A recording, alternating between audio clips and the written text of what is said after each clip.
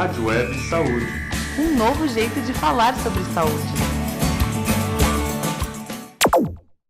Olá, eu sou a Graziela, da Rádio Web Saúde. Nós estamos aqui com Alcides, o vice-presidente do SEBS. Alcides, o que é o SEBS? Ao final da década de 70, a geração que estava saindo do movimento estudantil e ingressou em cursos de medicina preventiva e social, fez um questionamento acerca da saúde coletiva, do que era a saúde coletiva. E houve um debate intenso sobre a necessidade de se ter uma ciência engajada e ter militância na saúde. Daí o SEBS ele se organiza como uma entidade de estudos de saúde, mas já na década seguinte, na década de 80, é o principal espaço de articulação do que depois se convencionou chamar de movimento sanitário. Então, os principais quadros do movimento sanitário, que depois ingressam na institucionalidade governamental, alguns deles, que vão preparar a 8ª Conferência Nacional de Saúde, que vão trabalhar a articulação da Constituinte, são quadros oriundos do SEBS. Então, o SEBS ele tem assim, uma função imprescindível naquele momento histórico. Depois ele passa por um certo deslocamento, porque novas entidades são criadas e durante um largo período de tempo o SEBS ele fica mais como uma referência simbólica do movimento sanitário. Nos últimos 3, 4 anos ele é retomado, com uma intenção de novo ter um papel de protagonismo na conjuntura do país, defendendo a política pública de saúde, lutando pela consolidação do SUS e, notadamente, pela ampliação do debate político. A gente entende que a questão setorial saúde ela é importante, desde que a gente tenha condições de analisar o contexto da política pública, do interesse público, e aí o SEBS hoje ele vem cumprindo esse papel. Nós temos atuação em várias frentes e temos vários núcleos no Brasil, e esses núcleos se organizam para intervir em questões locais, mas eles estão todos agregados a essa entidade nacional que tem uma larga tradição de discussão política, de mobilização. Quer dizer, o SEBS não é só um centro de estudos, ele é um centro de ativismo político. Dentro dessa questão, explica para a gente o que é o Saúde Mais 10. O Saúde Mais 10 é um movimento que surge após a derrota no ano passado pelo melhor financiamento da saúde. Quer dizer, a gente vem discutindo há décadas que o problema da saúde não pode ser restrito a uma ideia de que o dinheiro é mal utilizado. Em verdade, essa versão ela passa, de que há corrupção, que há desvios, mas notadamente nós temos um financiamento que não dá conta do que se tem hoje em termos de custeio e, principalmente, se pensar de uma forma prospectiva, de dar sustentabilidade para aquilo que o SUS precisa crescer, para os investimentos que devem ser feitos. O perfil demográfico está modificando, o perfil de adoecer e morrer está modificando, a necessidade de ampliação e de integralidade, de garantia de equidade, requer o aporte de recursos. Com a derrota na lei, sobre o financiamento, surge um movimento amplo que foi batizado de Saúde Mais 10. Quer dizer, nós estamos colhendo assinaturas no Brasil inteiro para fazer uma emenda popular.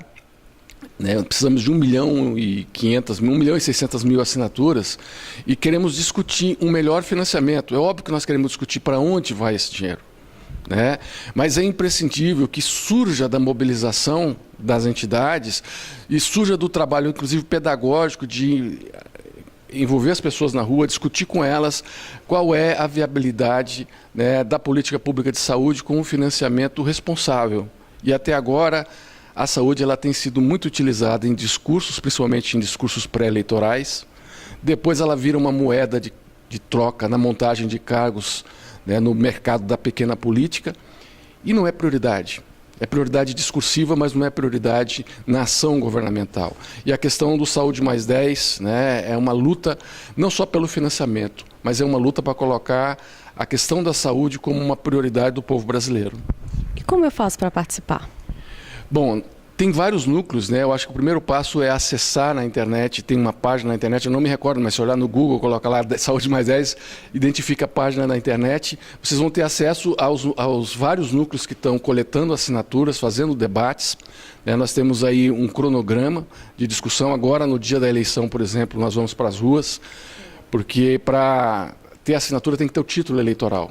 para essa emenda popular. Então nós vamos abordar as pessoas na rua, discutir saúde, levar de novo para as ruas a discussão de saúde e tentar lidar, inclusive, com o enorme preconceito que foi construído em torno do SUS. Né? A desqualificação do SUS por várias razões, por vários motivos, né?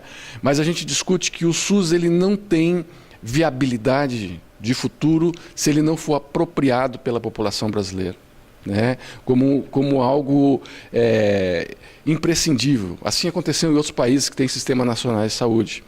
Na abertura das Olimpíadas, vocês devem ter notado, o Sistema Nacional de Saúde Inglês ele foi homenageado, né, de uma forma emocionante. E tu denota claramente que ele foi apropriado pelo coletivo, né, pelo consciente coletivo do povo inglês, e eles não abrem mão daquilo, apesar de todos os atentados que já fizeram contra o sistema de saúde inglês. Essa talvez seja um dos grandes desafios nossos, né? Como que a população vai se aperceber que, além da garantia do direito, que é algo que é uma tensão normativa, né, o SUS ele tem que ganhar legitimidade a partir não só da produção de resultados, mas a partir da apropriação simbólica, como algo do povo brasileiro, como algo público. E quais são as outras bandeiras do SEBS? O SEBS ele discute, como eu tinha colocado antes, a necessidade de ampliar o debate sobre saúde. Saúde não é só garantir assistência. Saúde implica num debate sobre produção social. E produção social envolve dignidade, envolve melhor distribuição de renda, envolve democracia. E democracia com participação civil e não participação servil. Né? Então a gente coloca em xeque hoje a discussão sobre os projetos políticos que se sustentam numa arquitetura de governabilidade baseada em troca de favores, né? Em alocação de cargos entre partidos. Quer dizer, a governabilidade se constitui nos bastidores dos palácios e não nas praças públicas. Então, para nós é importante ampliar o debate, discutir a conjuntura internacional, discutir o modo como as políticas públicas estão sendo usadas para pagar a conta do mercado financeiro. Então, para nós é imprescindível o debate político. Né? Não é o debate partidário, mas é o debate político da saúde ampliado e a noção que nós temos de gestão ampliada. Nós temos que ter muito claro que gestão não se restringe à gestão governamental. Gestão pública implica, inclusive, que os próprios movimentos sociais eles adquiram margem de autonomia para discutir a política e para intervir politicamente sobre a saúde. Então, essa é uma das grandes discussões do SEBS. Alcides, e você como participante do Conselho Nacional de Saúde, como que foi recebida a graduação de saúde coletiva lá dia 14 de junho? Foi muito bem recebida, agora foi um longo preparo.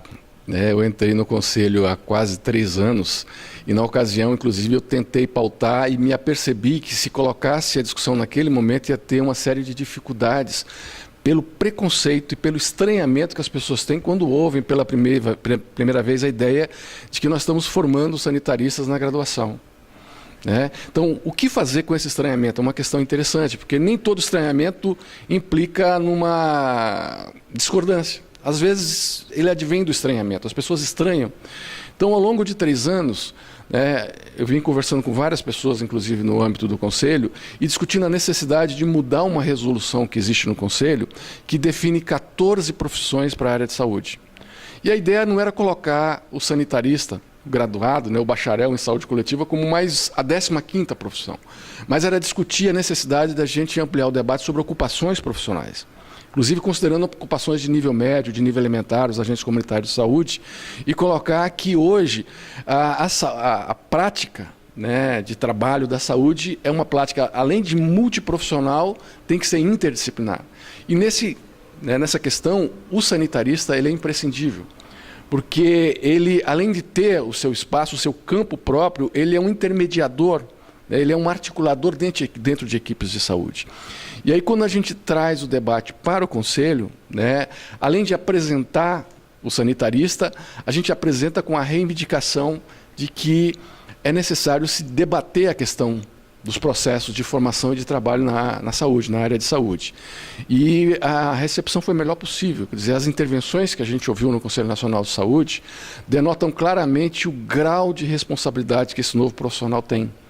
Principalmente intervenções de representantes dos usuários, né, que nos acolheram assim, da melhor forma possível e colocaram para a gente em perspectiva essa responsabilidade, né, de começar a atuar fora dos quadradinhos das corporações e lidar com uma tarefa imprescindível, né, de pensar a saúde para além do foco assistencial, para além do foco da clínica, né, inclusive para além do foco da epidemiologia, trazendo elementos importantes das ciências sociais em saúde, que são típicos do campo da saúde coletiva. Então, eu fiquei muito feliz, mas falta ainda o Conselho dar prosseguimento a uma demanda, a uma tarefa que foi colocada naquela reunião, de abrir essa discussão sobre as ocupações profissionais na área de saúde. Então, acho que, inclusive, o Conselho, principalmente a Comissão de Recursos Humanos do Conselho, a CIR, deve ser pressionada para dar continuidade para esse debate e alterar essa resolução que define as profissões na área de saúde. Obrigada, Alcides.